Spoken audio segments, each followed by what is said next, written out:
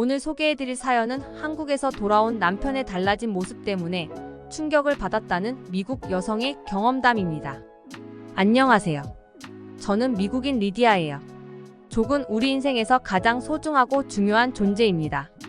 그러므로 우리가 한 가정의 남편이나 아버지의 위치에 있다면 가족들에게 특별한 선물을 통해 사랑과 감사를 전하고 싶을 것 같은데요. 그녀의 남편은 1년의 한국 생활에 너무 감동받은 나머지 자꾸만 가족들에게 한국 문화를 가르치려고 해서 온 가족을 당황하게 만들었다고 하는데요. 제가 이렇게 글을 쓰게 된 이유는 한국 근무를 1년 다녀온 남편으로 인해 달라진 삶을 살고 있기 때문이에요. 처음 일 때문에 한국을 가게 된 남편은 가족과 떨어지는 걸 아쉬워했어요. 그래도 1년이라는 짧은 시간이라 좋은 경험을 한다고 생각하고 지내기로 했죠. 그런데 막상 한국에 다녀오고 마치 10년 이상 한국에서 산 것처럼 한국 아리를 하는 남편을 보니 웃음이 나더라고요. 그런데 신기한 건 그런 남편에게 전염된 것처럼 저도 모르게 한국에 빠져들었다는 점이에요. 한국을 처음 알게 되었을 땐 물음표였지만 지금은 느낌표로 많은 걸 보고 느끼며 저 역시 한국이 더욱 궁금해졌답니다. 이야기는 1년 반쯤으로 거슬러 올라가요. 남편은 글로벌 기업에서 일하는 비즈니스 전문가죠. 전 세계 지역의 다양한 업무를 체크하고 비즈니스 전략 수립과 시장 조사 및 고객 인사이트 분석을 담당하고 있어요. 경영진과 업무 소통을 책임지기도 하죠. 한국 기업에서 업무 협조를 요청해왔고 남편이 한국 지사에 발령받게 되었어요. 가족 모두 함께 가길 원했지만 그럴 수 없었어. 아이가 둘인데 한 아이는 이제 막 초등학교에 입학해 친구들을 사귈 때였어요. 그리고 나이 차이 나는 2살 딸도 있어서 한국에 함께 가는 건 무리라고 판단했죠. 남편은 아쉬웠지만 결국 혼자 한국으로 떠났어요. 스마트폰을 이용해 일주일에 몇 번씩 아이들과 이야기를 주고받았습니다. 멀리 있으니 전화통화로는 서로를 느끼기 부족했기 때문이에요. 그래도 화상 전화가 발달되어 얼굴을 볼 수 있는 걸 위안을 삼았습니다. 하지만 그마저도 자주 할 순 없었어요. 처음엔 자주 했지만 한국과 미국은 시차가 있어서 아이들 잠자는 시간에 늘 방해를 받았거든요. 그렇게 차츰 화상 전화로 얼굴을 보는 게 멀어질 무렵 어느덧 1년의 시간이 지났어요. 감사하게 남편은 다시 미국 본사로 오게 되었습니다. 아이들과 함께 공항으로 마중 나갔어요. 1년 만에 만나는 남편 모습이 많이 기다려졌습니다. 화면으로 볼 때 점점 살이 빠지는 것 같아 조금 걱정되었기 때문이에요. 드디어 남편이 탄 비행기가 도착했어요. 많은 사람들 사이에 눈에 띄게 헬쑥하게 살이 빠진 남편을 볼 수 있었습니다. 대충 봐도 10kg는 좋게 빠진 것 같았어요. 볼살만큼 눈에 띄었던 건 뱃살이었죠. 제가 임신 8개월 차 배와 유사해서 맨날 셋째가 들어있는 거냐고 놀렸거든요. 그런데 그 뱃살이 없어졌어요. 저는 남편이 한국에서 얼마나 힘들었을까 생각하며 가장의 무게에 고마움을 느꼈습니다. 변화된 환경에서 가족도 없이 혼자 외롭게 견뎠을 모습을 생각하니 늦은 시간 아이들 잠자리 때문에 힘들다고 화상 전화도 자주 못한 게 미안해졌어요. 하지만 제 걱정과 다르게 남편은 오히려 전보다 더 활기찬 모습으로 바뀌어 있었습니다. 미국에 있을 땐 다이어트를 하고 싶어도 생각처럼 할 수 없어 늘 아쉬워했어요. 헬스 같은 운동은 멀리 있고 차를 타고 이동하는 시간이 있으니 퇴근 후 운동과 육아, 가정 일을 병행하는 건 한계가 있었죠. 둘째가 너무 어려서 남편의 손길이 늘 필요했거든요. 한국에 가 있을 땐 회사 근처나 숙소 근처에 언제든 이용할 수 있는 헬스장이 있었대요. 이동하는 시간을 줄여 운동할 수 있으니 더 건강해졌다는 말을 덧붙였죠. 한국은 뭐든 빠르고 편리하게 잘 갖춰져 있다는 말을 가장 많이 들은 것 같습니다. 무엇이든 도심에선 10분 거리에 다 이용할 수 있다고요. 반면 미국은 10분은 균형 20분 이상 차를 몰고 나가야 하는 번거로움 때문에 가끔 힘들다고 토로했어요. 간단한 물품 하나가 한밤중에 떨어져도 멀리 나가야 하고 늦게까지 문을 연 가게는 찾기 힘들어 다음 날까지 기다려야 한다며 번거롭다고 투덜댔어요. 한국은 24시간 문을 여는 곳들을 종종 찾을 수 있대요. 그중 하나가 편의점으로 동네에서 10분 안에 걸어갈 수 있는 편의점이 5군데가 넘는다며 편의성을 강조했죠. 웬만큼 필요한 물품은 작은 가게 안에 다 있어서 급하게 물건을 살 땐 정말 유용하다고요. 저는 사실 남편 말에 공감이 잘 되지 않았습니다. 미국의 일상이 불편하다는 말 자체가 이해가 쉽게 될 일 없으니까요. 남편은 미국에 40평생을 살아왔고 한국은 고작 1년 나가 있었어요. 그런데 무슨 말을 할 때마다 한국은 하는 남편의 모습들이 낯설게 느껴졌습니다. 누가 보면 한국에 10년 이상 머문 것처럼 느껴질 것 같아 사실 조금 창피하기도 했어요. 그리고 한편으론 조금 궁금해지기 시작했습니다. 얼마나 편리하면 평생 살아온 습관이 오히려 어색하게 느껴질까 싶었던 거예요. 남편에게 듣는 한국은 어느새 저에게 정말 그런 나라가 있어? 또 싶은 생각이 들게 만들었습니다. 안전하고 편리하며 건강한 음식들이 즐비한 곳. 남편 말을 듣고 있으면 한국은 꼭 천국과 다름없이 들렸거든요. 그 정도로 남편의 한국 예찬은 끊이지 않았답니다. 특히 달라졌다고 느낀 점은 식습관이에요. 미국은 바비큐 같은 고기를 먹는 게 일상이거든요. 그날도 아이들과 함께 먹을 저녁을 준비 중이었어요. 그런데 남편이 갑자기 한인 슈퍼에 다녀오겠다고 나갔죠. 늦은 밤 차를 몰고 장을 보러 가는 게 번거롭다고 말하던 사람이 시키지 않았는데 늦은 저녁 시간 차를 몰고 장을 본다고 나간 거예요. 전 보나 마나 한국과 관련된 무언가를 사오겠다고 짐작했어요. 한인 슈퍼라는 말을 하지 않았어도 충분히 알 수 있었죠. 남편이 이렇게 적극적으로 움직이는 건 한국에 다녀온 후 한국과 관련된 것들이 많았거든요. 40분 정도 걸려 집에 돌아온 남편은 한인 슈퍼에서 쌈장이라는 걸 사왔어요. 고기의 맛을 더 감칠맛 있게 만들어주고 맛을 더 개운하게 만들어준다며 쌈장 없이는 고기를 이젠 먹을 수 없다고요. 자신감 있게 작은 소스박스를 내미는 그 모습을 바라보는 저는 어이가 없었습니다. 고작 1년 한국에 가 있었는데 식성이 변했다는 게 믿겨지지 않았거든요. 하지만 남편이 바비큐를 쌈장에 찍어 한 입 먹여주는데 부끄럽지만 어느 정도 공감하게 되었답니다. 직화 불향이 잔뜩 들어간 고기에 고소하면서 달짝지근한 쌈장이라는 소스가 감칠맛을 더해주었기 때문이죠. 물론 전 쌈장 없이 바비큐만도 잘 먹어요. 하지만 쌈장이 빠지지 않는 식사를 1년 정도 했다면 식성이 변할지 모른다는 생각도 해보았습니다. 남편의 한국 음식 사랑은 여기서 끝이 아니었어요. 가족끼리 외식하는 날이 있으면 꼭 한국 식당으로 데려갔거든요. 미국에도 이젠 한국 식당들이 많아졌어요. 한국 사람들이 모여 사는 동네가 아니더라도 한국 음식을 접할 수 있는 곳들은 전보다 쉽게 찾아볼 수 있습니다. 한국을 가기 전 한 번도 시도하지 않았던 식당인데 어느 순간 저희 가족의 일상이 되었어요. 특히 미국의 음식들보다 한국 음식들이 더 건강하다고 남편은 늘 말했죠. 아이들을 생각한다면 건강한 식재료로 기름기가 적고 고른 영양이 들어간 한국 음식이 더 적합하다고요.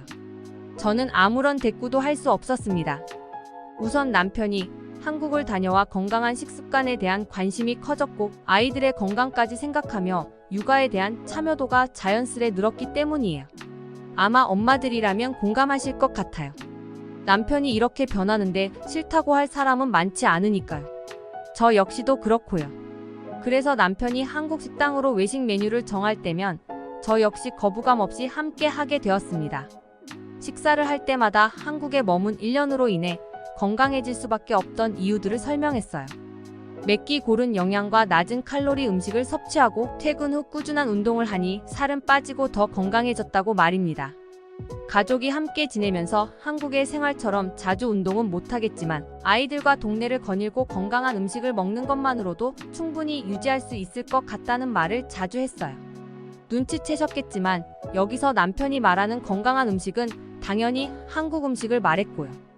가끔은 한국에서 지낼 때 운전을 별도로 하지 않아도 어디든 갈 수 있었다면서 저녁을 먹고 술 한잔하고 싶을 때면 저에게 말했어요. 한국이 그립다고요. 집 근처에 술을 마실 데가 없어서. 술을 마시려면 멀리까지 나간 후에 도심에서 술을 마시고 택시를 타고 와야 했거든요. 41,528 하지만 번잡한 도심까지 나간다면 거리가 멀어서 택시비가 만만치 않죠. 반면 한국은 택시 이외에도 지하철이나 버스 같은 대중교통이 잘 되어 있다고 말했어요. 밤 12시를 넘기지 않는 이상 웬만한 거리는 버스나 지하철을 타고 이동이 가능하다 말했죠. 돈을 상당히 절약하면서 회사가 끝나고 동료들과 저녁 겸 술 한잔을 하고 집으로 오는 시간이 좋았다고 말했습니다. 이젠 추억으로 잠긴 그 시간이 그립다고 말하며 한강이라는 서울의 큰 강을 지날 땐 정말 운치 있다는 말도 덧붙였어요. 저는 눈으로 본 상황은 아니지만 한밤 도심의 불빛을 바라보며 강 위를 지나가는 지하철은 영화 속 한 장면처럼 로맨틱하게 느껴졌습니다. 남편은 정말 한국의 모든 것들을 그리워하는 것 같았어요. 남편이 한국에서 미국으로 돌아온 지 한 달이 채 되지 않은 무렵부터 저 역시 한국에 6개월은 산 것 같은 느낌을 받았어요. 남편의 주 대화 주제는 한국이었거든요. 남편의 한국 사랑은 여기서 끝이 아니었습니다. 어느 날 남편이 출근했는데 별다른 연락을 받지 못한 상태에서 웬 업자들이 집으로 방문했어요. 주문한 것도 없고 남편에게 전달받은 사항도 없어서 당황했죠. 급하게 남편에게 전화를 하니 마침 알려주려 전화를 할 참이었다고 말했어요. 화장실에 설치하고 갈 거라고 말하며 집에 가서 자세한 설명을 덧붙인다고 알려줬어요.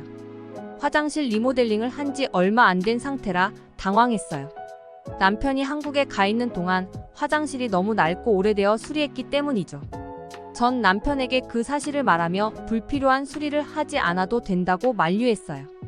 하지만 남편은 그게 아니라며 설치하고 나면 뭔지 알 수 있다고 말했죠. 당황한 전 업자들을 따라 화장실에 갔습니다. 그들은 수도에서 선을 연결하더니 양변기 위에 뚜껑 같은 걸 올렸어요. 기존에 있던 뚜껑보다 무언가 크고 다양한 버튼들이 있다는 걸 알 수 있었죠.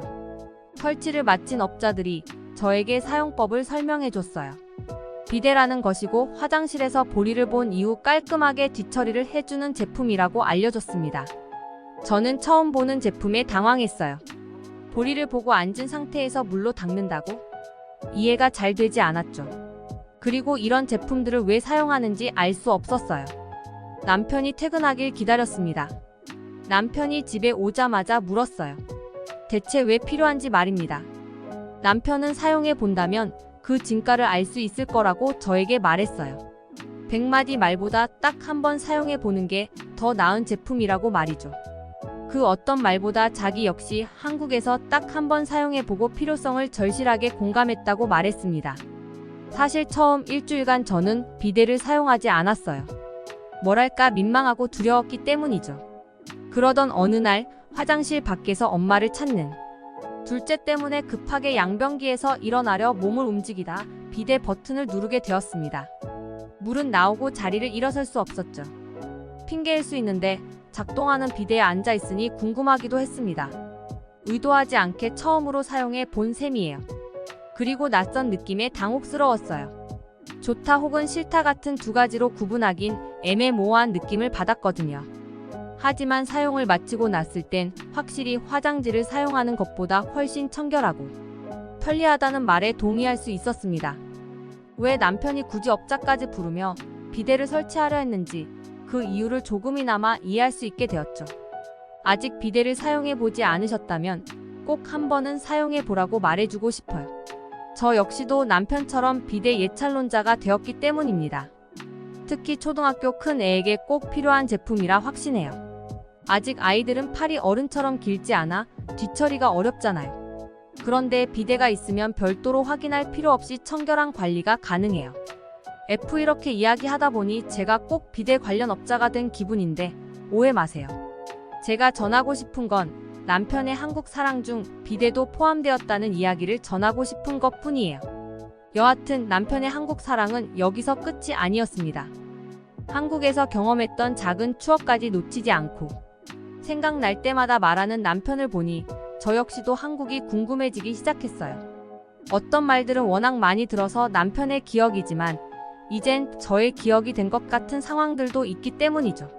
원래 남편은 일밖에 모르던 사람이었거든요. 회사 이야기도 특별하게 하지 않던 그런 과묵한 남자였죠. 그런 사람이 틈만 나면 한국에서 한국 사람들은 일하고 이야기를 시작하는데 신기하더라고요. 차츰 저도 모르게 무뚝뚝하고 일밖에 관심 없던 사람이 이렇게 푹 빠져버린 한국이 어떤 나라일지 조금씩 관심이 가기 시작했습니다. 사실 여기엔 남편이 권해준 한국 음식, 한국 제품에 대한 만족도도 한몫한다고 생각해요. 남편이 권해줬던 좋은 것들이 저에게 별다른 영향을 끼치지 않았다면 그냥 지나쳤을 수 있다고 생각하거든요. 개인마다 성향의 차이가 있고 선호하는 건 분명 다르니까요. 하지만 남편이 권하는 한국의 음식과 제품들은 모두 미국에서 경험하지 못한 품격으로 한국을 궁금하게 만들기 충분했죠. 한국 사람들은 세계적으로 경쟁력 있는 문화를 가졌다고 어느 순간 저도 모르게 생각하게 되었습니다. 그리고 무엇보다 한국이 걸어서 10분 안에 모든 걸 이용할 수 있다는 편리함도 직접 보고 싶었어요. 그래서 외롭지 않게 한국에서 1년을 알차게 보낼 수 있었다고 12. 가끔은 한국의 편리한 구조가 그립다고 말했거든요. 그래서 조만간 온 가족이 한국으로 여행을 갈 계획을 세우고 있답니다. 한국에서 돌아온 남편의 변화 때문에 한국을 좋아하게 돼버린 미국 여성의 사연이었습니다. 남편이 한국에서 했던 경험들이 남편뿐만 아니라 가족 모두에게 큰 영향을 준 것 같은데요. 한국에서의 건강한 삶과 좋은 음식 덕분에 남편은 한국에 머무는 동안 더 건강해져서 돌아왔습니다. 이것은 우리가 어떤 환경에 사느냐에 따라서 우리의 생활 모습도 완전히 뒤바뀔 수 있다는 사실을 의미하는데요. 이러한 좋은 경험을 혼자만 간직하지 않고 가족들과 나누려 했던 남편의 노력이 결국은 아내의 마음까지도 움직이고야 말았습니다. 그래서 한국을 잘 몰랐던 아내도 지금은 한국행을 준비할 정도로 한국의 지지자가 되었는데요. 반드시 남편과 함께 한국을 방문해서 한국과 한국의 문화에 대해 배울 수 있는 기회가 있었으면 좋겠네요. 남편 덕분에 미국에서도 한국 문화를 접하고 있다는 미국 여성 리디아를 위해 응원과 격려의 한마디씩을 남겨주시기 바랍니다. 듣기 주셔서 감사합니다. 오늘의 영상은 이게 전부입니다. 모두가 건강하길 바랍니다.